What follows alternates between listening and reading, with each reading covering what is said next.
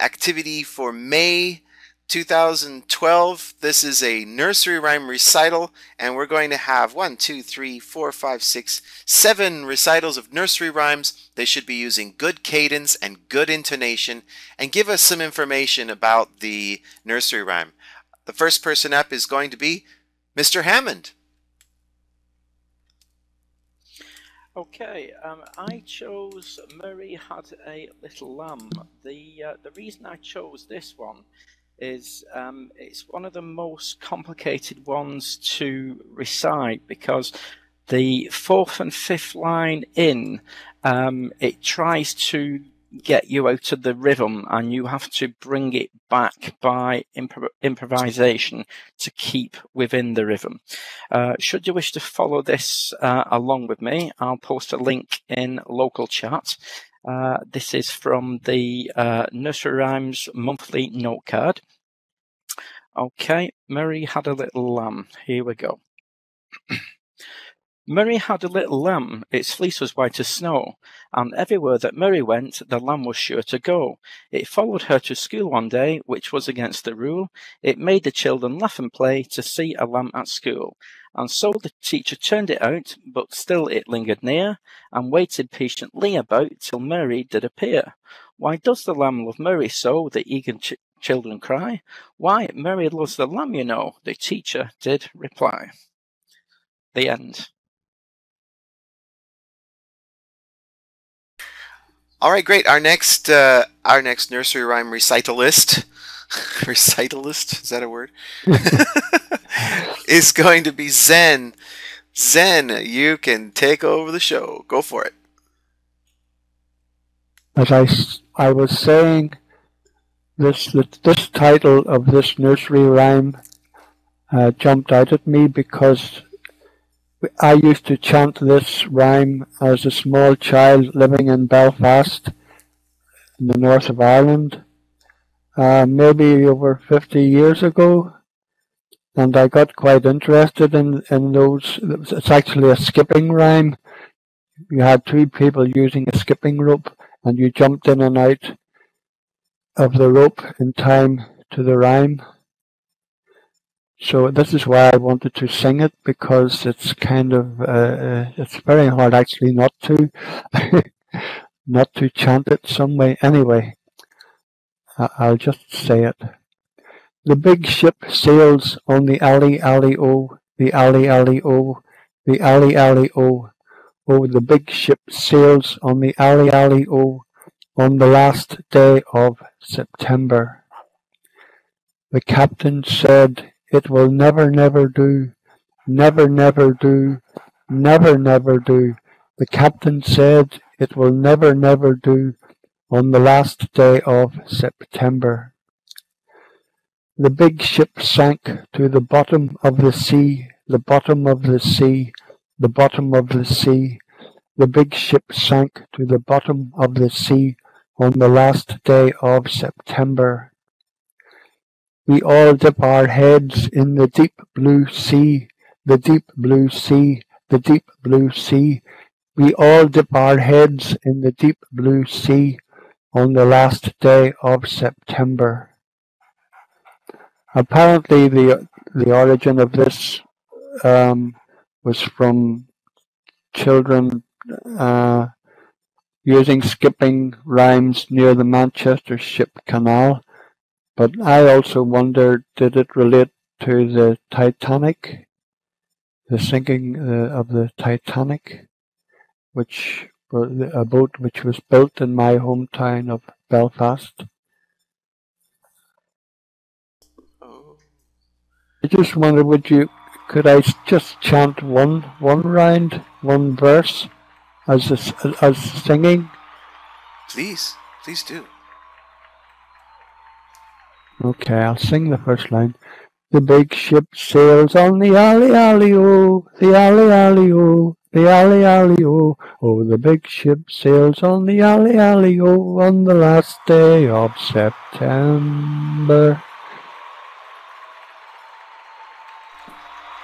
Great. Very nice.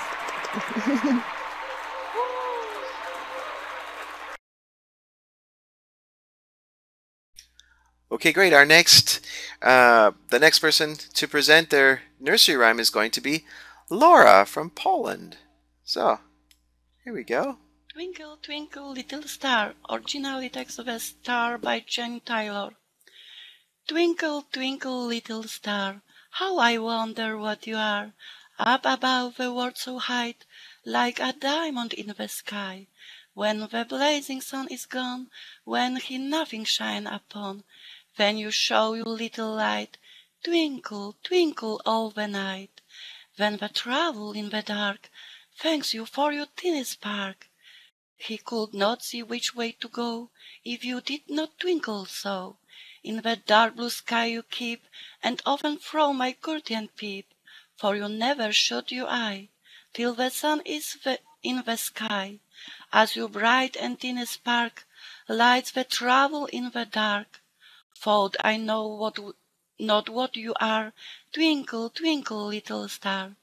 Twinkle, twinkle, little star, how I wonder what you are, up above the world so high, like a diamond in the sky. Twinkle, twinkle, little star, how I wonder what you are, how I wonder what you are. Thank you. Yay! Fantastic! Wow, that was so cool. Encore, encore!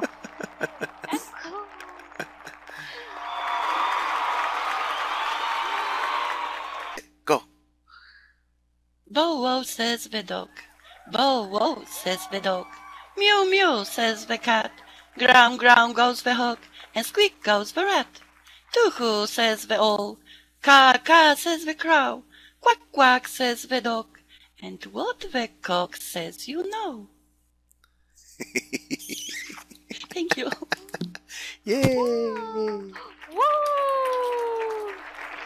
Woo!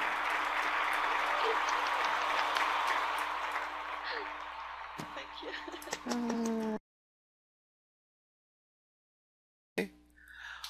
Okay, great. Our next presenter is going to be Pratik. Pratik, ready, set, go. Hello. I wasn't prepared for this lesson because I suppose it was a homework how to find nursery rhyme, but I found a pretty one, and I will try to present it now. It is called The Sandman. The summer is coming in his train of cars, with moving windows and with wheels of stars. So hush, you little ones, and have no fear. The man in the room, he is the engineer. The railroad track is a moonbeam bright that leads right up into the starry night. So put on your pyjamas and say your prayers.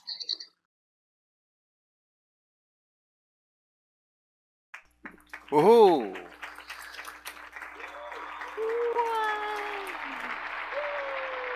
I hope you could hear me because it wasn't loud. Oh, we can hear you fine.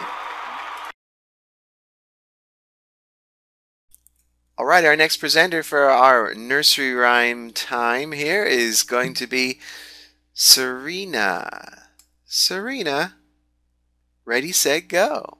Thank you. Yes, thank you. I've chosen Mary Had a Little Lamb.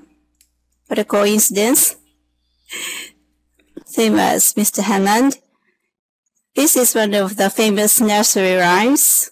We have this song translated in Japanese. I used to sing it for my kids when they were little. The words also convey the hopeful saying that love is reciprocated between Mary and her little lamb. That's why I like it and sounds so cute. It's nice to sing for little children, I think. Let me start. Mary had a little lamb, its fleece was white as snow, and everywhere that Mary went, the lamb was sure to go. It followed her to school one day, which was against the rule. It made the children laugh and play to see a lamb at school. And so the children turned it out, but still it lingered near, and waited patiently about till Mary did appear. Why does the lamb love Mary so? The eager children cry. Why Mary loved the lamb, you know, the teacher did reply. Thank you. Yay!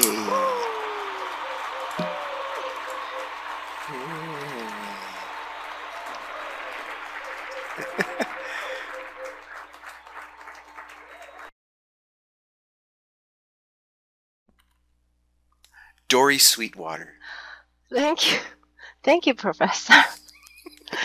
Okay, I chose the Peter Pumpkin Eater because it sounds very cute for me, but actually it was not. Okay, Peter Pumpkin Eater had a wife and couldn't keep her. He put her in a pumpkin shell, and there he kept her very well. And there is second stanza. Peter Pumpkin Eater had another and didn't love her. Peter learned to read and spell, and then he loved her very well. And according to Wikipedia, the first version of this rhyme was published in America around 1825. There is similar verse collected from Scotland and published in 1868, but I cannot read this because I don't know how to pronounce. So I type in the public chat. Okay, it sounds like Peter, my neighbor, had a wife and he couldn't keep her. He put her Aizawa, and that the mice eat her.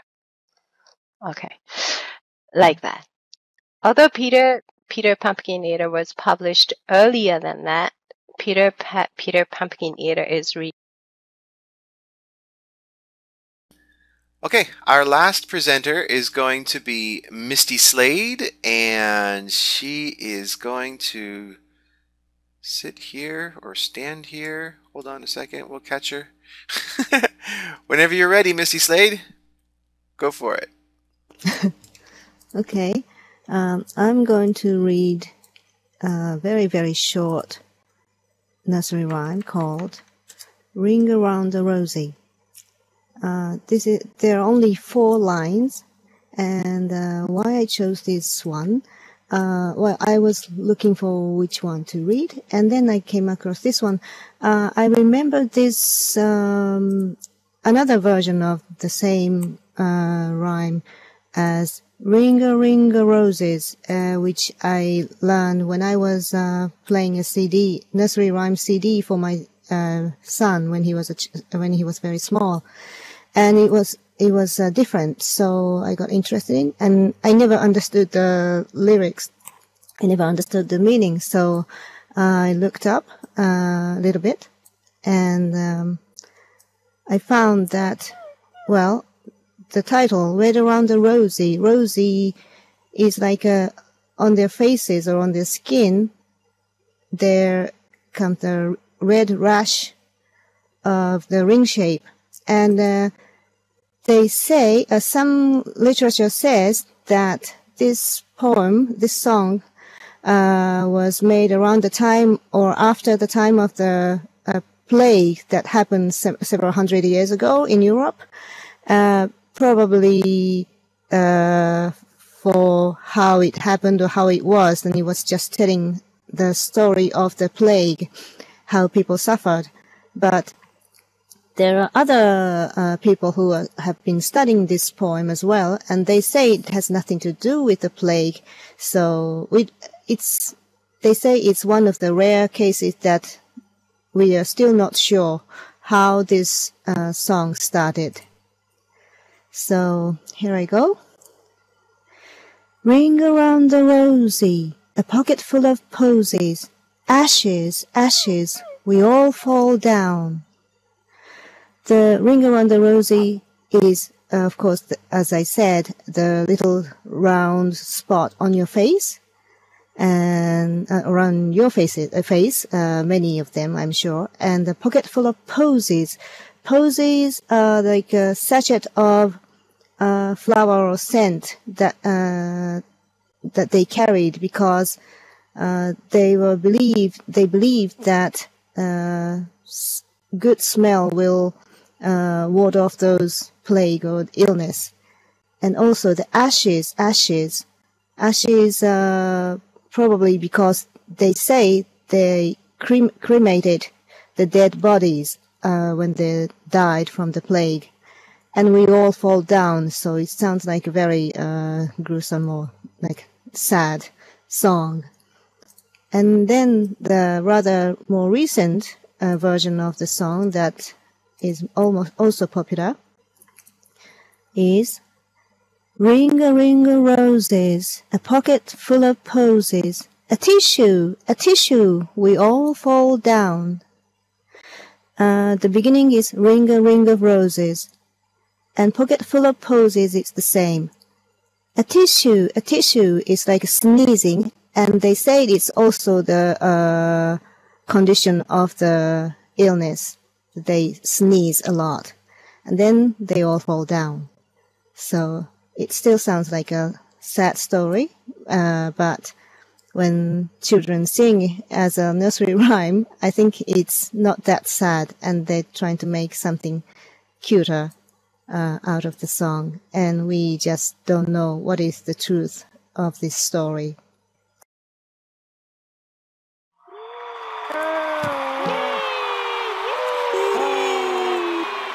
Yay, great!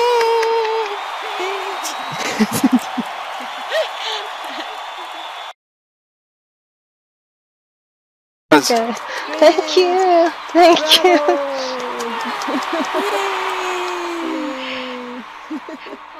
Yay!